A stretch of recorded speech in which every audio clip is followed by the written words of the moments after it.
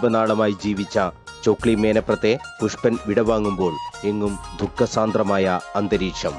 1994 November 25 Koothuparamba വെടിവെപ്പിലാണ് DYFI പ്രവർത്തകനായ പുഷ്പന് ഗുരുതരമായി പരിക്കേറ്റത്. കഴിഞ്ഞ 30 വർഷമായി രോഗശയ്യയിലാണ് പുഷ്പൻ.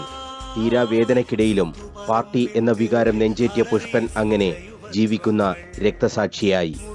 CPM ഡിവൈഎഫ്ഐ പ്രവർത്തകരുടെയും നേതാക്കളുടെയും സ്നേഹത്തണലിൽ ആ വേദനകൾ എല്ലാം മറന്ന് പുഷ്പൻ ജീവിച്ചു. എന്താവശ്യത്തിനും ഒരു വിളിപ്പാടകലെ പാർട്ടി സഖാക്കൾ പുഷ്പന് ഒപ്പമുണ്ടായിരുന്നു. പുഷ്പന് തുല്യം പുഷ്പൻ മാത്രം. ഭരണകൂട ഭീകരതയുടെ ഇരയായി ഇത്രയും നാൾ ജീവിച്ച മറ്റൊരാളും കേരളത്തിലുണ്ടാകില്ല. ശാസ്ത്രീയ വിദ്യാഭ്യാസ കച്ചവടത്തിനെതിരായി മന്ത്രിയായിരുന്ന MV രാഘവനെ തടയാൻ ഡിവൈഎഫ്ഐ തീരുമാനിച്ച സമരത്തിലാണ് പുഷ്പനും പങ്കുചേർന്നത്. ഡിവൈഎഫ്ഐ പ്രവർത്തകരായ KK രാജീവൻ, മധു, ബാബു, റോഷൻ, ഷിബുലാൽ എന്നിവരാണ് അന്നത്തെ വെടിവെപ്പിൽ രക്തസാക്ഷികളായത്. നട്ടെല്ലിന് വെടിയേറ്റതിനെ തുടർന്നാണ് പുഷ്പൻ അന്നു മുതൽ കിടപ്പിലായത്. വേദന കടിച്ചമർത്തി ജീവിച്ച പുഷ്പന് മുന്നിൽ CPM നേതാക്കൾ എത്തിയാൽ ആ വേദനകളെല്ലാം പുഷ്പൻ മറക്കും. പുഞ്ചിരി തൂകി അഭിവാദ്യം ചെയ്യും. മനക്കരുത്തിന്റെ പ്രതീകമായാണ് പുഷ്പൻ ജീവിച്ചത്. സഹനത്തിന്റെയും പോരാട്ടത്തിന്റെയും ആ വിപ്ലവ സൂര്യനെ കാണാൻ മേനപ്രത്തെ വീട്ടിൽ എത്താത്ത communist നേതാക്കളില്ല.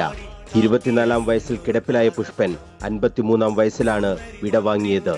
CPM north Menaprom branch അംഗം കൂടിയാണ് പുഷ്പൻ. ചിഗുവേരിയുടെ മകൾ അലീഡ ഗുവേരി അടക്കം മേനപ്രത്തെ വീട്ടിൽ എത്തി പുഷ്പനെ കണ്ടിരുന്നു. മുഖ്യമന്ത്രി പിണറായി വിജയനും പലതവണ പുഷ്പനെ കാണാൻ എത്തി.